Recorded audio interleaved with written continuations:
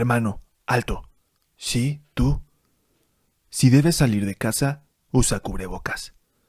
Colócalo y retíralo tocando únicamente las cintas elásticas. Debe cubrir totalmente nariz y boca. Lávate las manos antes y después de usarlo. Si lo has colocado en cabeza o cuello o alguna superficie o está humedecido, mejor usa uno nuevo. Hermano, si debes salir de casa, usa cubrebocas. Hermano, alto. Si debes salir de casa, mantén distancia con las demás personas. Guarda una distancia de por lo menos 2 metros. Así evitarás posibles contagios. Si quieres saludar, evita dar la mano y no te quites el cubrebocas. Por ahora solo podemos saludarnos de lejos. Hermano, si debes salir de casa, mantén distancia.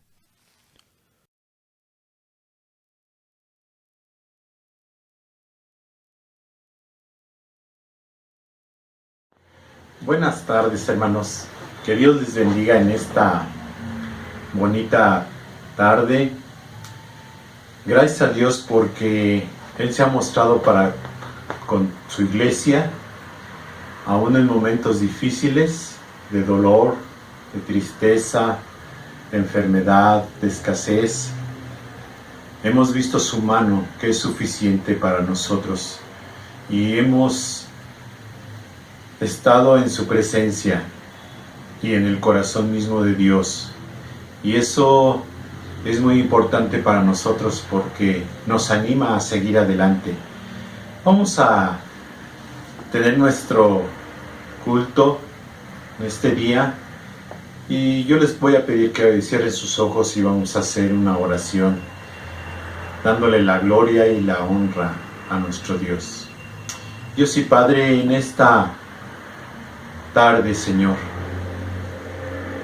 venimos ante tu presencia, Señor, con regocijo, alabando tu nombre y glorificando tu nombre, porque tú eres poderoso, porque tú eres sabio, porque tú eres entendido, porque a ti, oh Dios, toda la situación que pueda encontrarse el hombre no te toma por sorpresa, oh Dios. Tú ya lo tienes contemplado y nuestra suerte está echada en ti. Por eso te alabamos y te glorificamos en esta tarde, dándote la gloria, la honra y la alabanza, Señor, porque tú eres soberano, porque tú eres fiel, porque tú eres verdadero, porque tú eres justo, porque aún tú nos disciplinas, porque somos tus hijos, porque tú nos enseñas a través de tu palabra, porque tu Espíritu Santo nos consuela y nos ministra. Tú eres digno de recibir la gloria, la honra y la alabanza, el reconocimiento y la adoración por siempre, oh Dios. Enséñanos a que cualquiera que sea, oh Dios, nuestra situación, tengamos un corazón agradecido para contigo, Dios. Gracias, Señor. Gracias, Padre. Aleluya. Aleluya. Así, hermanos, vamos a entonar este bello himno, noble sostén de la esperanza mía, y que pongamos los ojos en nuestro Señor Jesucristo como cuando Pedro los puso. Nuestro Señor Jesucristo pudo andar sobre el agua, y que venga esa paz a nuestro corazón, venga esa seguridad. Vamos a entonarnos, hermanos. Noble sostén de la esperanza mía, fuente bendita de vida eterna, tan solo el alma que en tus fuerzas fía tiene paz tiene paz, mi sostén es Jesús. Nunca en la lucha desmayar podré. Mi sostén es Jesús.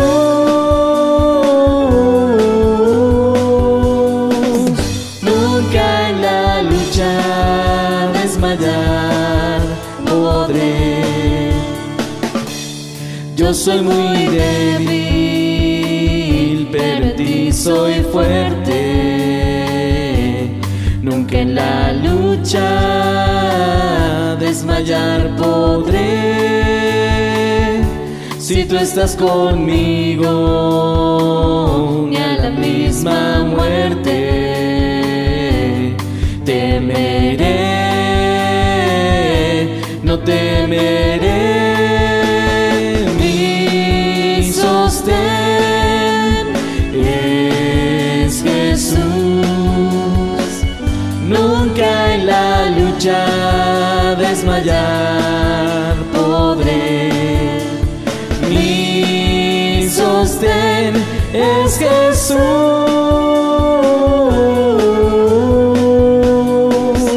Nunca en la lucha desmayar podré.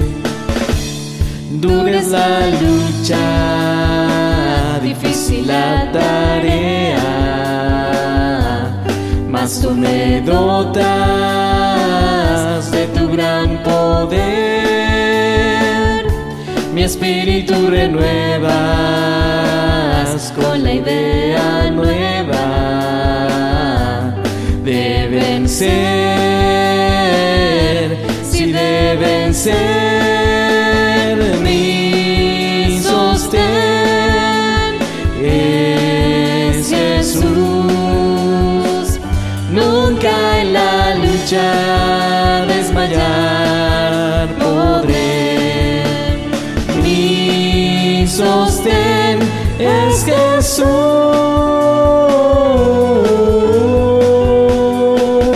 Nunca en la lucha desmayar podré.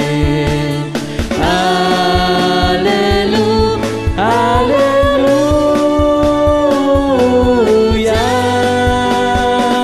Nunca en la lucha desmayar podré. Hermanos, tenemos un Dios que nos comprende, que nos perdona, que nos limpia nuestros pecados, nuestras ofensas, nuestros errores, que comprende que somos carne y que ha estado su gracia y su misericordia acompañándonos todo este tiempo, en todo nuestro peregrinar.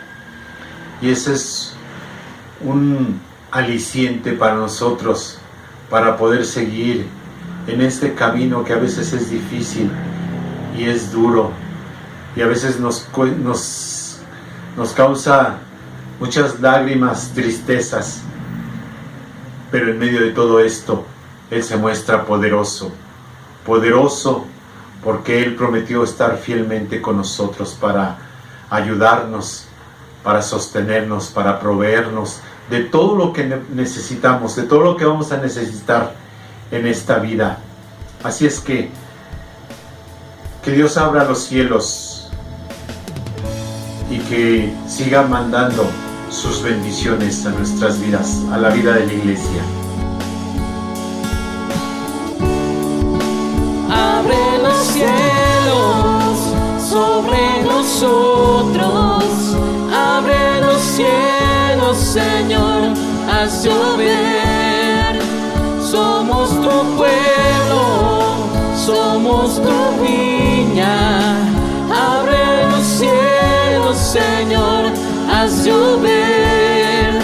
Abre los cielos sobre nosotros.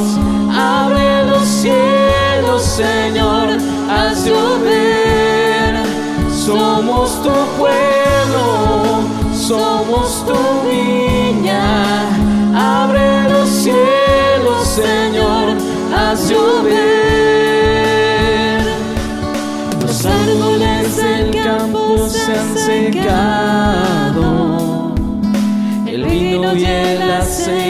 se acabó. Tu viña está desierta y sin vallado. En nuestro asolamiento hay un clamor. Abre los cielos sobre nosotros. Abre los cielos, Señor, haz llover. Somos tu pueblo, somos tu viña. Abre los cielos, Señor, haz llover.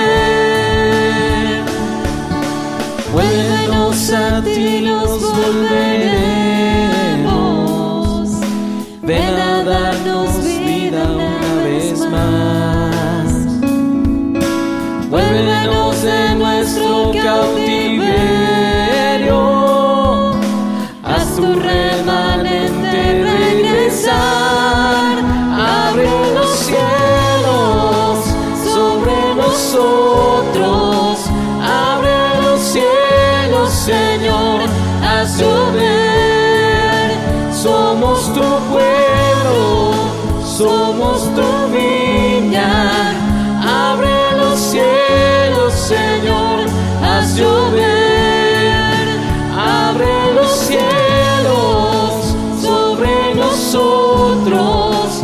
Abre los cielos, Señor, haz llover. Somos tu pueblo, somos tu viña. Abre los cielos, Señor, haz llover. Haz llover, haz llover sobre tus renuevos. Haz llover, haz llover, haz llover, haz llover, Señor. Manda la lluvia, manda la lluvia, manda la lluvia, manda la lluvia, manda la lluvia, manda la lluvia.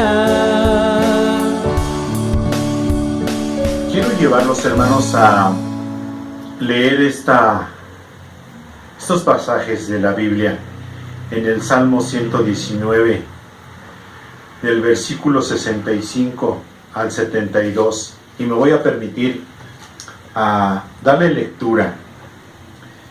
Dice así la palabra del Señor: Bien has hecho con tu siervo, oh Jehová, conforme a tu palabra, enséñame buen sentido y sabiduría, porque tus mandamientos he creído.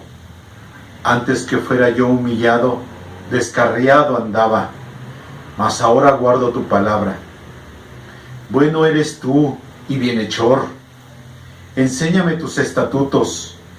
Contra mí forjaron mentira los soberbios, mas yo guardaré de todo corazón tus mandamientos.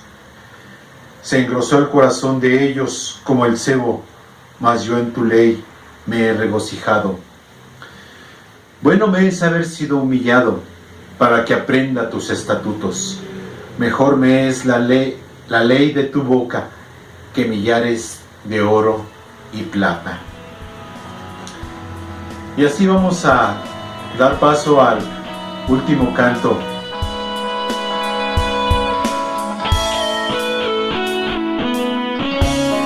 Puedo contemplar tu majestad al salir el sol y mirar tu amor al respirar.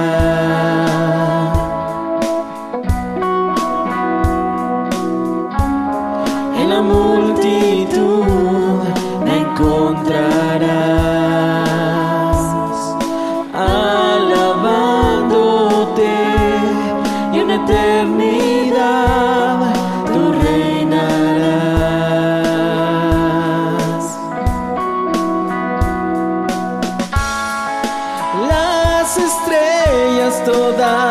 creación cuentan de tu gloria, fiel y verdadero es aquel que se entregó, permanece siempre fiel.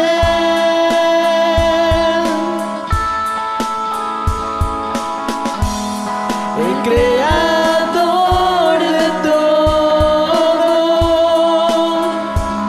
Jesús su nombre es, el Cordero y el León.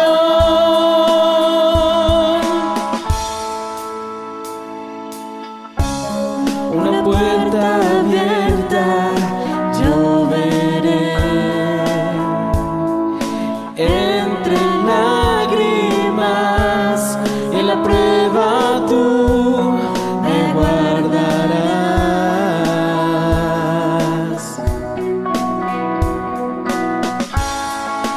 Solo uno es el Señor, el que está en el trono,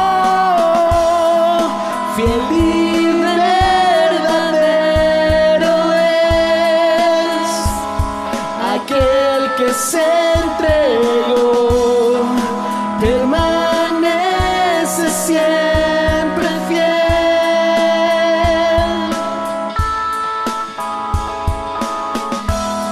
El creador de todo, Jesús su nombre es, el Cordero y el León.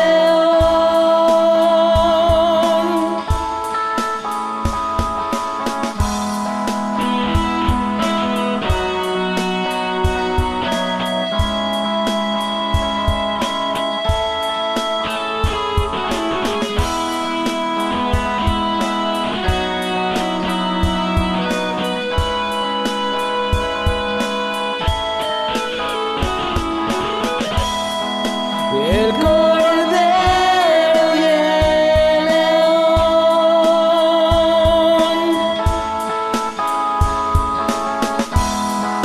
El Cordero y el León.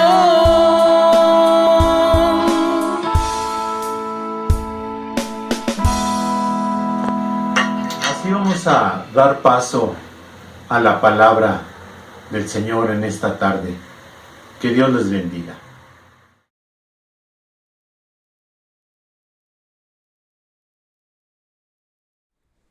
Buenas noches, hermanos, le damos gracias a Dios que nos permite compartir la palabra una vez más. Hoy nos toca ver el capítulo 2 de Esdras y vamos a hacer una oración para que Dios nos hable a cada uno de nosotros. Padre Celestial, te damos gracias por tu palabra, Señor. Gracias por permitirnos esta noche estar delante de tu pueblo, Señor, y que cada hermano esta noche tenga este corazón con deseos de escuchar tu palabra, de ser ministrado, de aprender, de ser alimentado, Señor. Yo te ruego que sea de bendición para cada uno de nosotros, Dios, y que tu Espíritu Santo sea el que ministre a las vidas, Señor, y que use también mi vida. En el nombre de Cristo Jesús. Amén. Bueno, hermanos, pues a modo de introducción diré que Esdras es una crónica de esperanza y restauración de un pueblo que fue infiel y que esa infidelidad lo llevó a que Dios aplicara su justicia correctiva. Y Esdras nos cuenta cómo Dios en el momento oportuno de la historia, Él abrió las puertas, tocó los corazones que tenían que ser tocados para que este pueblo pudiera regresar una vez más a su tierra y reconstruir el templo y las murallas. Entonces hoy nos toca ver el capítulo número 2. Y hermanos, quiero decirles que el capítulo número 2 nos va introduciendo en unas listas de personas y de familias que habían sido censadas y que eran las que iban a regresar a la ciudad a participar en la reconstrucción.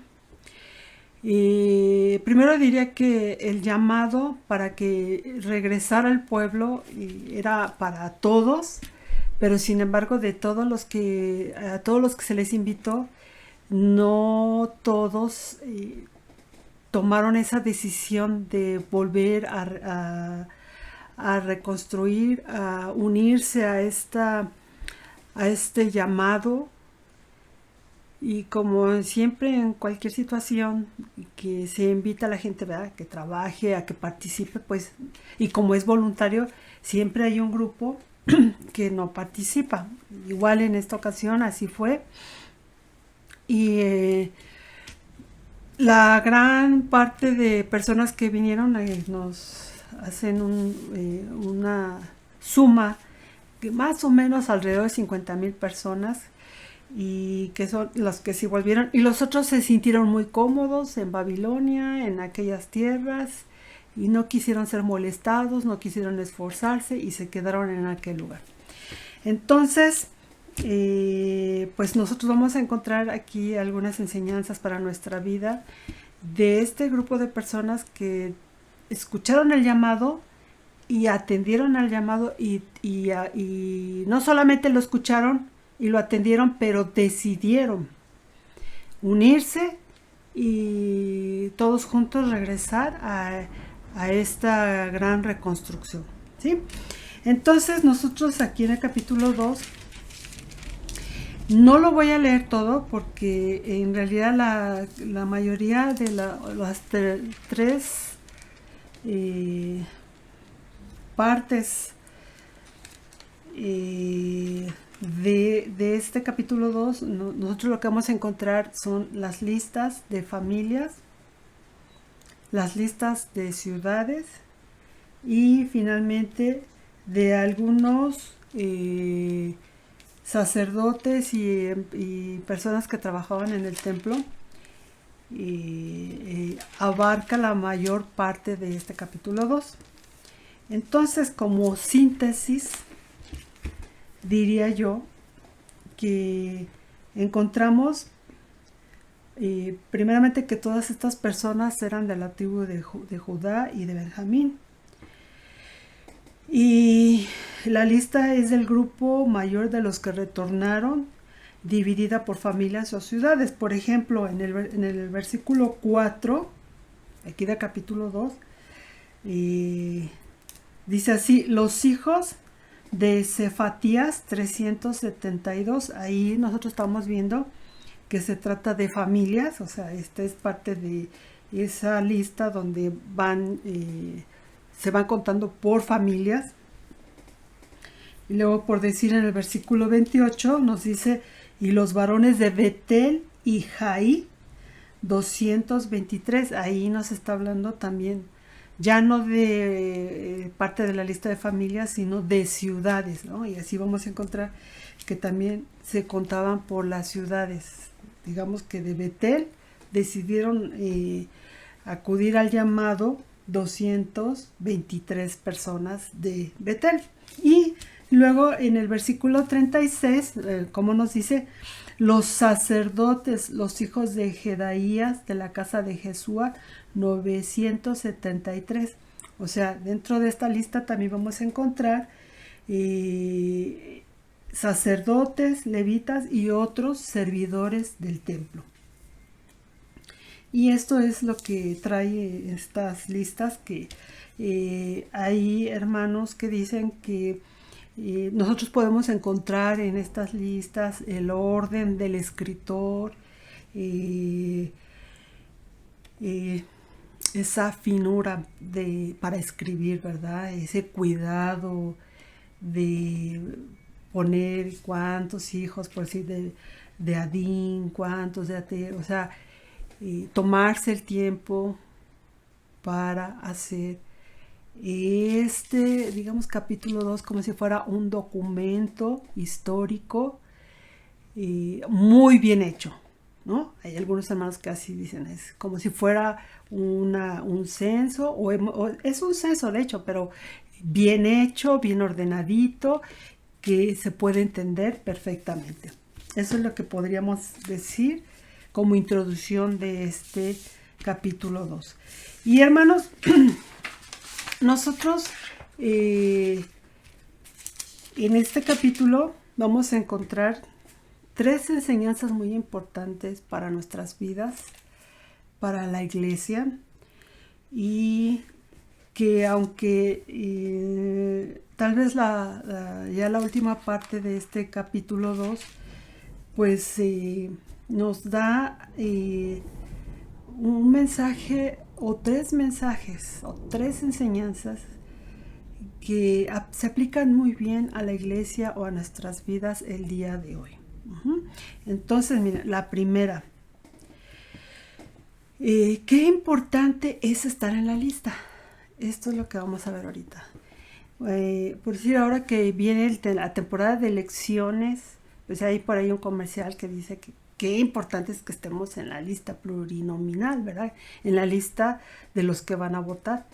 Y nosotros en la vida cotidiana seguramente hemos estado en alguna lista muy importante, por decir, los que van a la escuela, tal vez en la lista de los seleccionados para formar un equipo de básquetbol, por decir, ¿no? Que estuvieron un tiempo tal vez compitiendo y ganándose un lugar en esa lista, y el día que se iban a publicar las listas, pues todos nerviosos y anhelando, ¿no?, que su nombre estuviera en esa lista.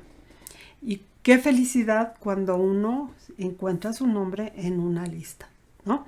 Entonces, qué importante es aparecer en alguna lista, hermanos, en la empresa en los que les van a subir el sueldo, ¿no? O X, hermanos. ¿Cuántas veces hemos tenido esta experiencia? Bueno, aquí nosotros vamos a ver en el capítulo 59 cómo tuvieron aquí también que revisar esas listas de nombres de personas y checar que las personas que se habían registrado o que tenían este privilegio de pertenecer a esa lista, verdaderamente ellos fueran esas personas, ¿no? Vamos a ver cómo nos dice el versículo 59. Dice así: todos estos fueron los que subieron de Tel Melá, Tel Arsa, Kerub, Adán e Imer, que no pudieron demostrar la casa de sus padres ni su linaje si eran de Israel. Versículo 62. Estos buscaron su registro de genealogías y no fue hallado, y fueron excluidos del sacerdocio. Para los hebreos, para los judíos, era muy importante demostrar su genealogía, demostrar que verdaderamente eran descendientes de Abraham. Y en la cultura de ellos, pues es muy importante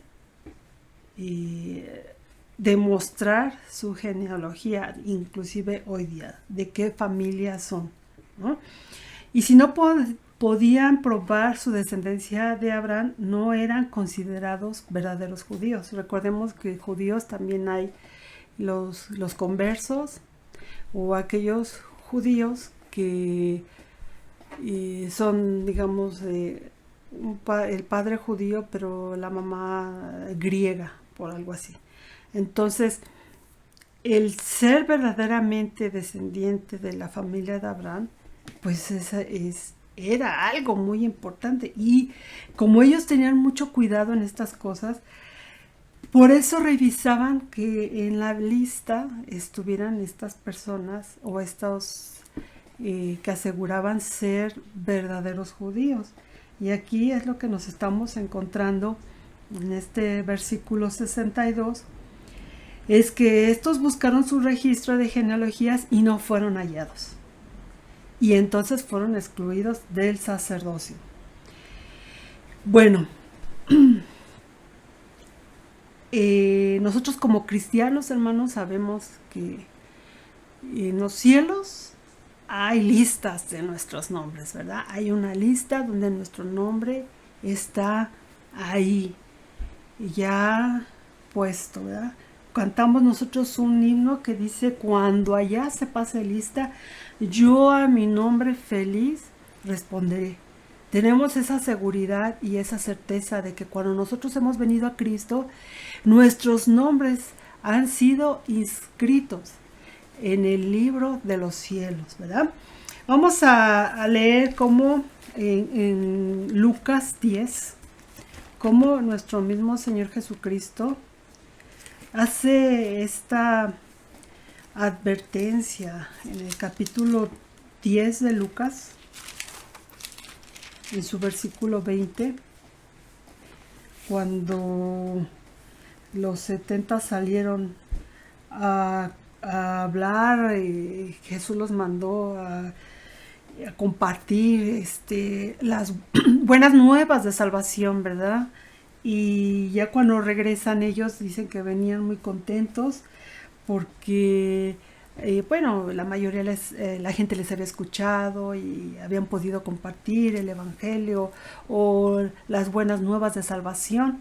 Y aquí en el versículo 20 le voy a dar lectura, dice así: pero no os regocijéis de que los espíritus se os sujetan, sino regocijaos de que vuestros nombres están escritos en los cielos. Y esta es una advertencia, ¿verdad? Nos recuerda mucho aquella ocasión cuando Jesús dijo, y en aquel día me diréis, hicimos tantas cosas en tu nombre, y yo os diré, apartaos de mí, porque yo no los conozco, ¿no? Muchos pueden decir que hacen a lo mejor milagros o cosas en el nombre del Señor Jesucristo, pero Él dice lo importante, porque uno puede llegar a sentir orgullo o puede uno sentirse, yo oro por los enfermos y estos son sanados. Pero el Señor Jesús nos ubica, ¿verdad? Nos dice, lo más importante de tu vida, de lo que implica que tú me conozcas, es de que tu nombre esté escrito en los cielos. Entonces, eso es lo que el Señor Jesús les está diciendo aquí, ¿verdad? Que Dios nos permita, y Él usa en nuestras vidas, hermanos, para compartir su evangelio, para orar por otras personas, y que nuestros ojos puedan ver que nuestras oraciones tienen respuesta, porque cuando hemos orado por enfermos, hermanos, o cuando hemos orado porque Dios abra las puertas para alguien que está buscando trabajo, o tantas peticiones que hemos hecho delante de Dios y que Dios ha dado respuesta, hermano. Y en nosotros, ¿qué debe de haber? Debe de haber un gozo y un agradecimiento en nuestro corazón, y ese gozo de que nuestros nombres están escritos en los cielos, ¿verdad? Es decir, que toda la gloria y toda la honra es para el Señor, no a nosotros,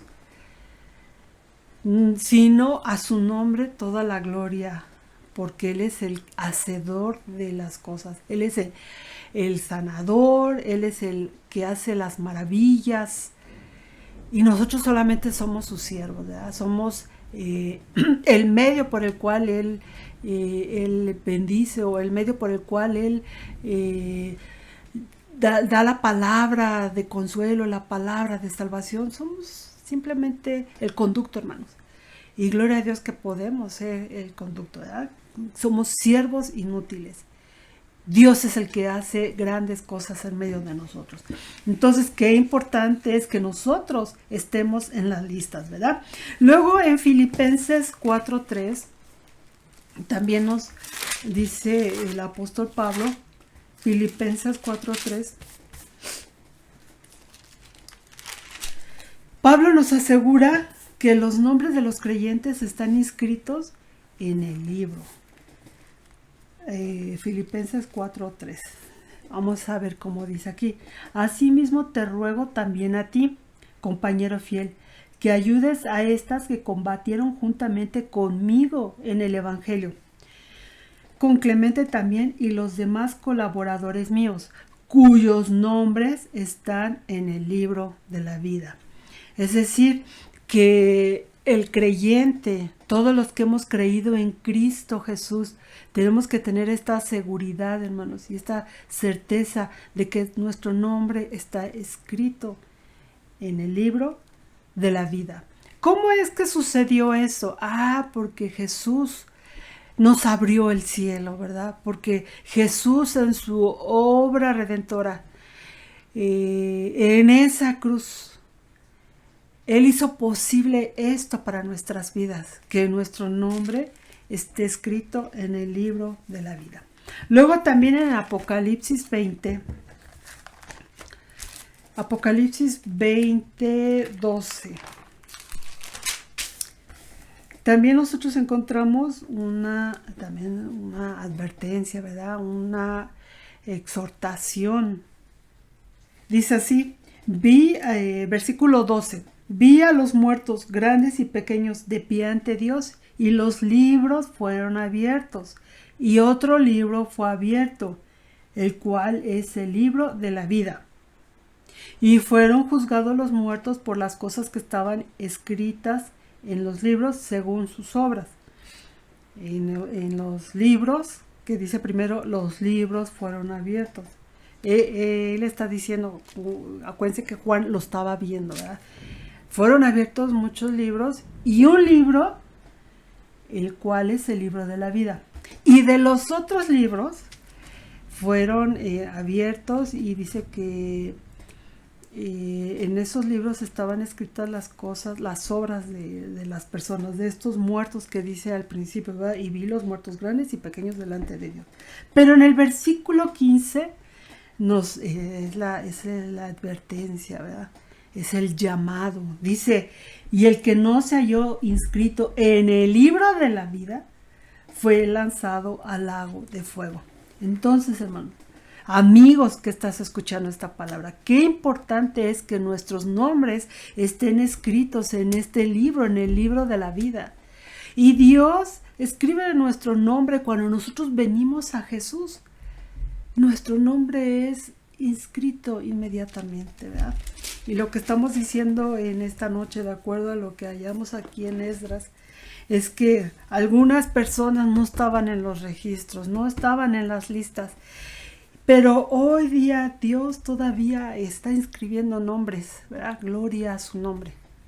Todavía podemos venir a Cristo, entregar nuestra vida, nuestro corazón, y dice que nuestro nombre será escrito en el libro de la vida. Un día se terminará el tiempo en que Dios está haciendo esto a favor de la humanidad. Un día ya no se va a inscribir a nadie más.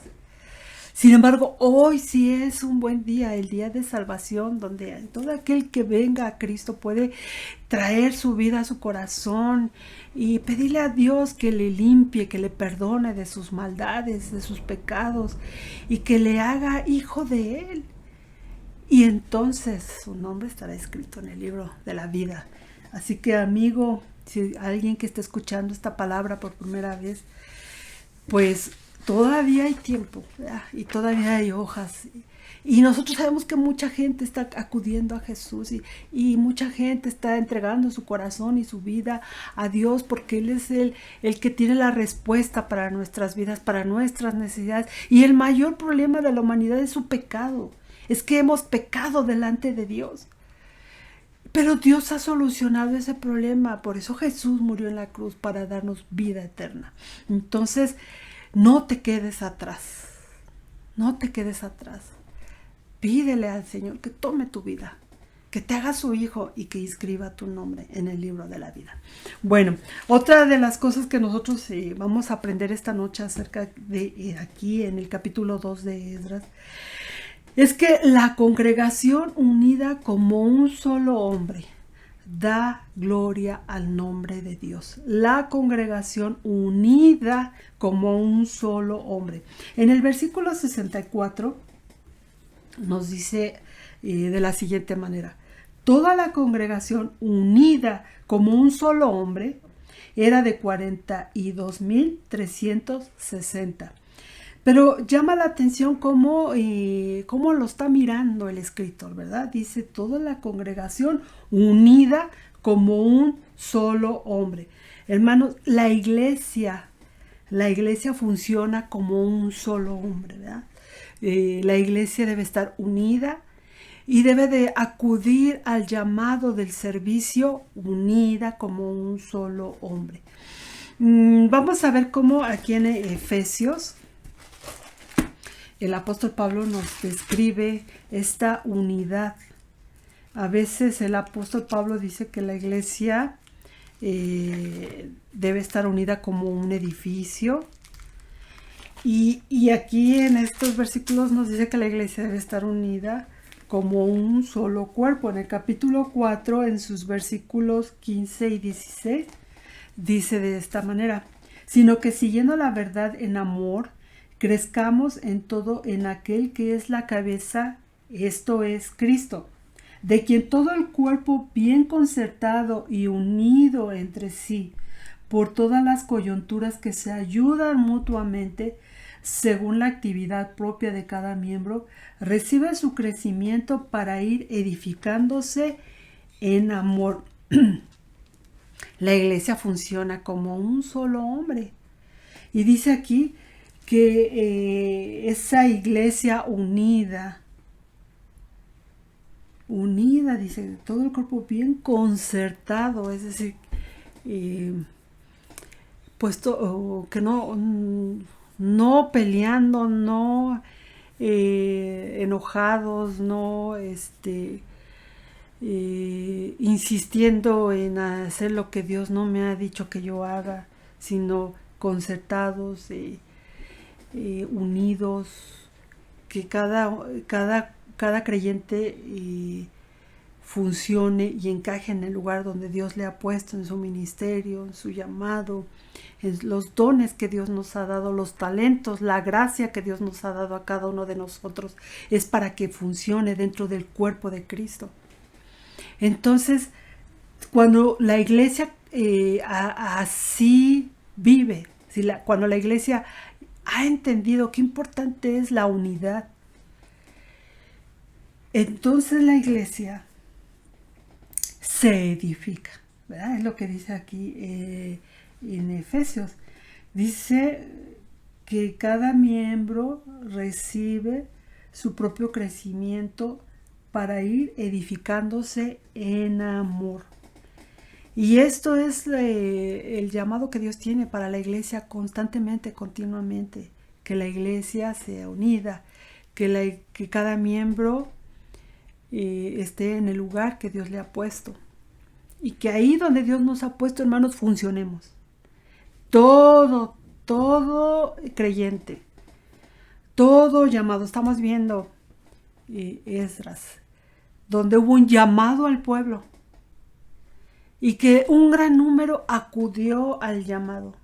Hubo una parte que no quiso participar, que se sentía cómoda en ese pueblo y se quedó. Pero una gran parte del pueblo vino.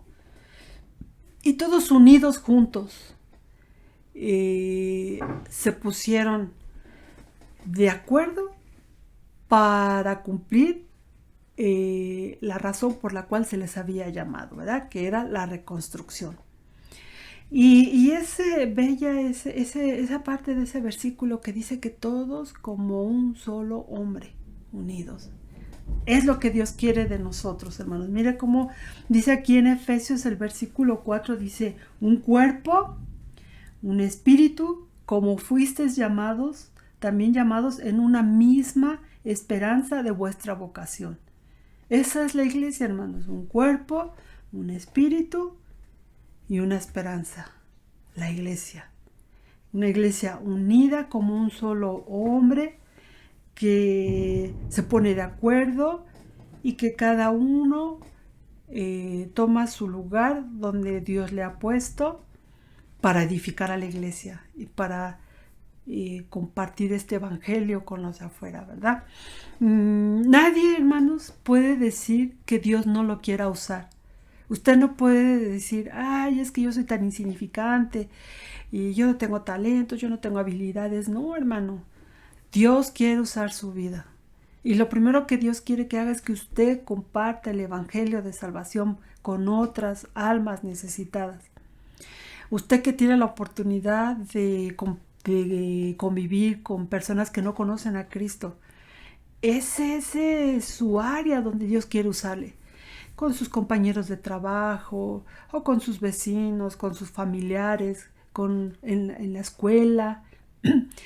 Dios quiere usar nuestras vidas porque este evangelio es vida para las personas. Este evangelio es la palabra de Dios de salvación para corazones destrozados por el pecado. Gente que a lo mejor ha vivido en tristeza, en pecado, en egoísmo, odiando, en vicios. ¿Cuántas cosas tiene el pecado atrapada a las personas, hermano? Bueno, el evangelio rompe cadenas de pecado. El evangelio es la palabra de Dios de salvación para aquel que escucha y acude a este llamado de salvación. Entonces Dios quiere usarle, hermano. Dios quiere usarle a usted. Y ese ministerio es el ministerio más importante que Dios tiene para nosotros, hermanos. Que seamos evangelistas, que seamos reconciliadores, que seamos embajadores, que llevemos nuevas, buenas a los cautivos por el pecado. Dios quiere usar nuestras vidas, hermanos. Y dentro del cuerpo, dentro de la iglesia, hermanos, cada uno de nosotros siempre tendremos algo en lo cual nosotros podemos edificar a la iglesia, hermanos. Hay muchas formas en las que Dios quiere usarnos dentro de la iglesia. Dentro de la iglesia, en la comunión, pero también hacia afuera, ¿verdad? Dios quiere usar nuestras vidas.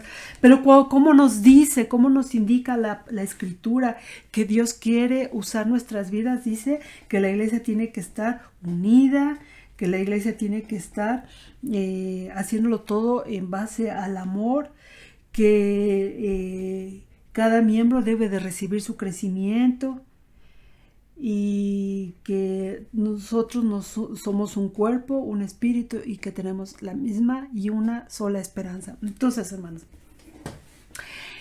la congregación unida como un solo hombre da gloria al nombre del Señor.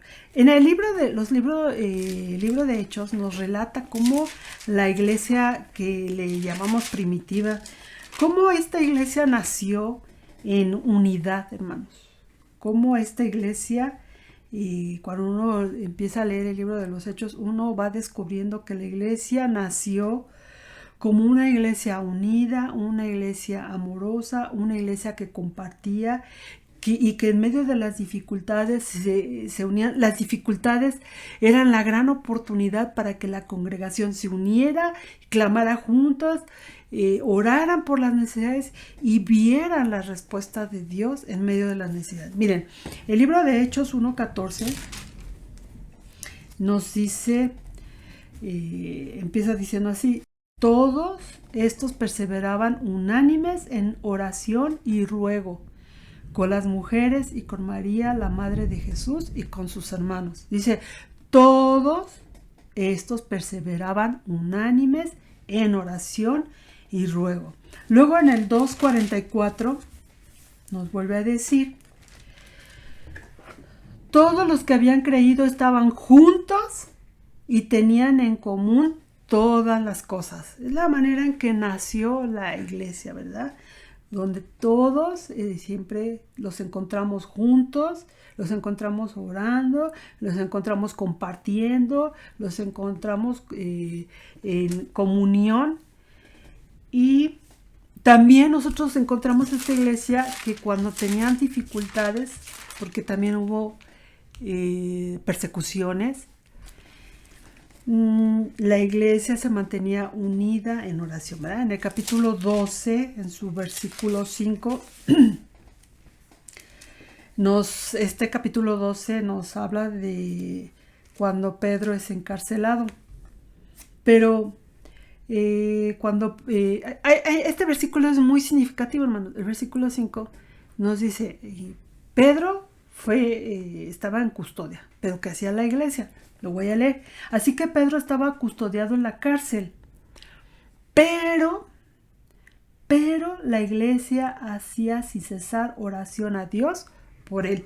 Entonces, el libro de Hechos nos muestra una iglesia naciente, una iglesia unida como un solo hombre, una iglesia que trabajaba, que se ponía de acuerdo, que manifestaba su amor unos para con otros, que compartían y que en medio de las dificultades, en medio de las necesidades, se unían para orar. Entonces, volvemos a esto que estamos viendo en Esdras, que debemos nosotros también ser una congregación unida como un solo hombre. Y que Dios nos ayude, hermanos, a cada uno de nosotros, que Dios use nuestras vidas y que nosotros seamos capaces de mantener la unidad y edificar a la iglesia, ¿verdad? Que cada uno de nosotros seamos edificados. Yo edificando a alguien, a un hermano edificándome a mí. Yo orando por un hermano y un hermano orando por mí. Y todos unidos, hermanos, creciendo, ¿verdad? En armonía, concertados unos con otros. Bueno, lo tercero que nosotros aprendemos aquí en Esdras 2 es que la casa de Dios requiere ofrendas voluntarias según las fuerzas de cada creyente. En el versículo 68 y 69 nos habla de cómo este pueblo acudió al llamado también económico, ¿sí? Voy a darle lectura. 68 y 69. Dice así: y algunos de los jefes de casas paternas, cuando vinieron a la casa de Jehová que estaba en Jerusalén, hicieron ofrendas voluntarias para la casa de Dios, para reedificarla en su sitio. Según sus fuerzas, dieron al tesorero de la obra 61,000 dracmas de oro, 5,000 libras de plata y 100 túnicas sacerdotales. La vista de aquel lugar consagrado por los recuerdos cariñosos, pero que ahora yacen en abandono y ruinas, hizo que las fuentes de su piedad y patriotismo brotaran de nuevo.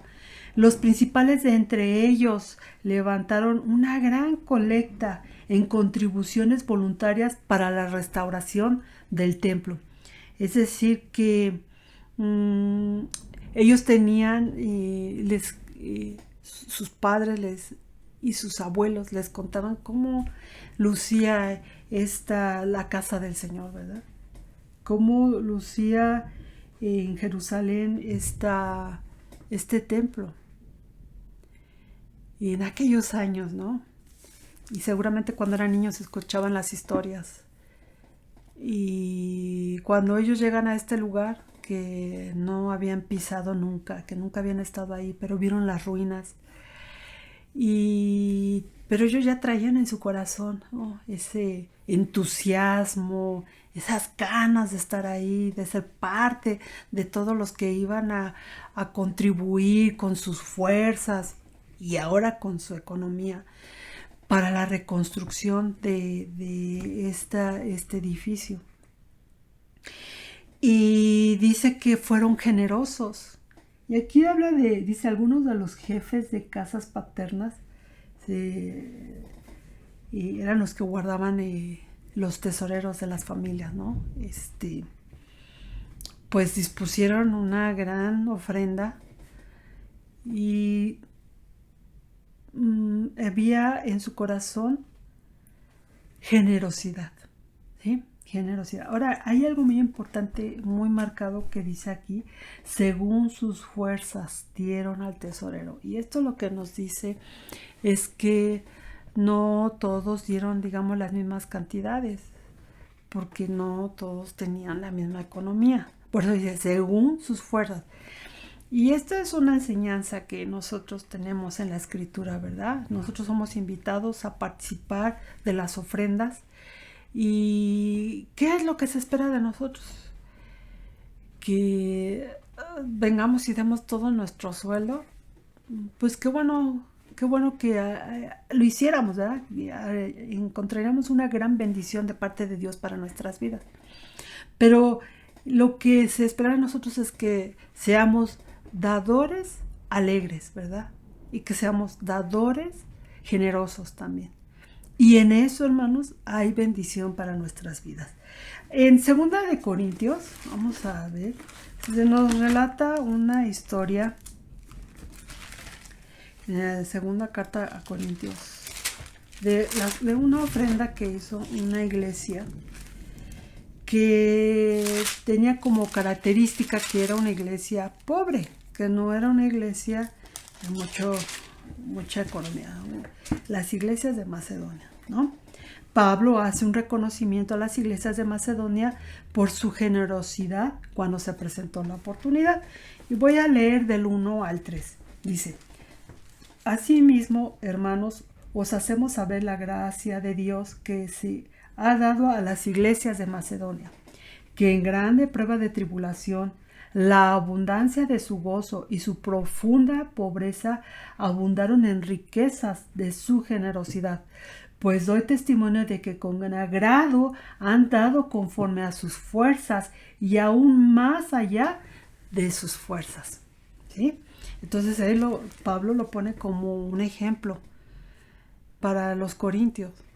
Cuando hay un llamado, cuando es la hora de ofrendar, pues nosotros no tenemos que pensar, ay, es que si doy ofrenda a lo mejor me quedo sin nada, ¿no?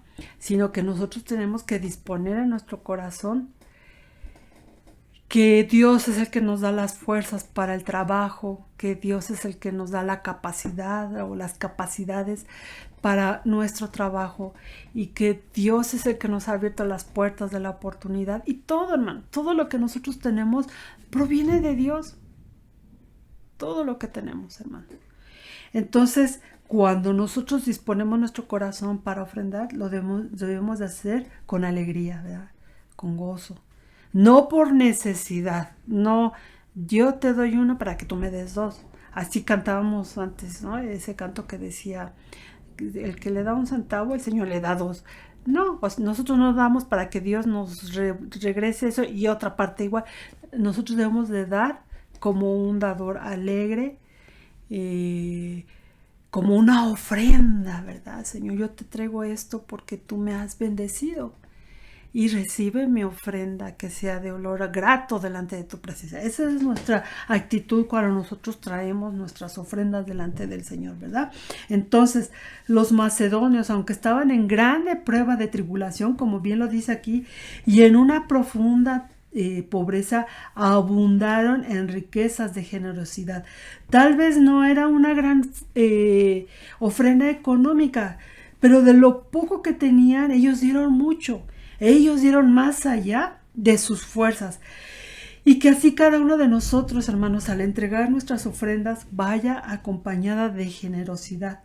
No con tristeza ni por necesidad, porque Dios ama al dador alegre. Aquí en Lucas 21, nuestro Señor Jesucristo estaba ahí observando, ¿verdad?, a los que traían sus ofrendas. Lucas 21. Y vamos a leer del 1 al 4 y vamos a ver qué sucedió en este capítulo. Dice: levantando los ojos, vio a los ricos que echaban sus ofrendas en el arca de las ofrendas. Vio también a una viuda muy pobre que echaba allí 2 blancas y dijo: en verdad os digo que esta viuda pobre echó más que todos, porque todos aquellos echaron para las ofrendas de Dios de lo que les sobra, mas esta de su pobreza echó todo el sustento que tenía. Y eso es lo que espera el Señor de nosotros, ¿verdad? Que nosotros al dar demos en nuestras fuerzas con generosidad, ¿verdad?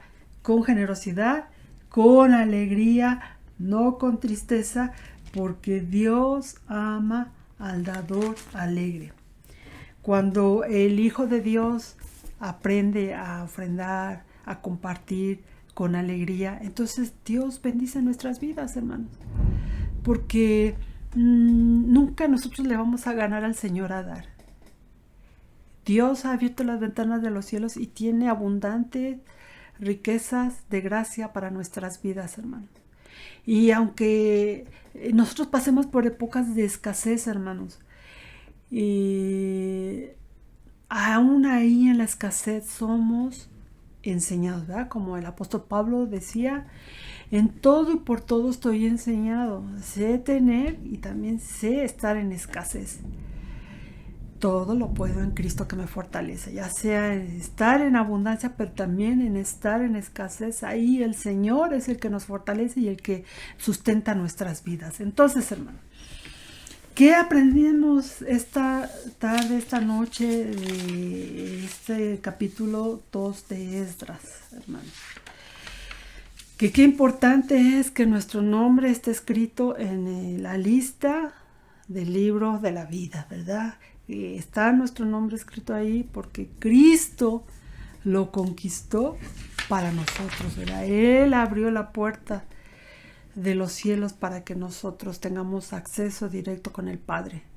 Gracias a Dios, ¿verdad? Y si alguien no está inscrito, si alguien no tiene la certeza de ser salvo, venga a Cristo, porque Dios hoy día está recibiendo almas, ¿verdad? Vidas para transformarlas, tocarlas y hacerlos hijos de Él. Lo segundo que aprendimos es que la congregación unida como un solo hombre da gloria al nombre de Dios. Que cada uno de nosotros, hermanos, Dios nos permita servirle y que la iglesia se mantenga unida, edificándonos unos a otros. Y lo tercero que aprendemos es que la casa de Dios requiere ofrendas voluntarias según las fuerzas de cada creyente, ¿verdad? Que nosotros al dar lo hagamos generosamente, no con tristeza, no por necesidad, porque Dios ama al dador alegre. Y pues que esta palabra, hermanos, sea de bendición para cada una de nuestras vidas. Y pues vamos a orar. Vamos a orar y que Dios tome todas las familias, hermanos, que su Espíritu Santo nos anime, que toda tristeza sea echada fuera, hermanos, que todo desánimo sea echado fuera en el nombre de Cristo Jesús, que si usted no tiene paz esta noche, el Señor le dé paz, que el Señor ministre a su necesidad. Padre Celestial, te damos gracias esta noche porque tú estás en medio de la iglesia, Padre. Yo te ruego que ministres a tus hijos, Señor, a tus hijas, que tu Espíritu Santo nos visite, visite las familias, Señor, que tú suplas toda necesidad, Padre, que tú suplas, que tú abras la puerta de la oportunidad al que no tiene trabajo, Señor. Toma a las familias, Señor, que nosotros sepamos mantener la unidad unos con otros, Señor, porque ahí hay bendición en medio de tu iglesia, Señor. Si alguno no ha entregado su corazón, Padre, toca tú los corazones, toca tú las vidas para que vengan, Señor, al conocimiento tuyo, Señor, y entreguen sus vidas y tú des vida nueva a cada uno que se acerque a ti, Señor. Gracias en el nombre de Cristo Jesús. Amén. Que el Señor les bendiga.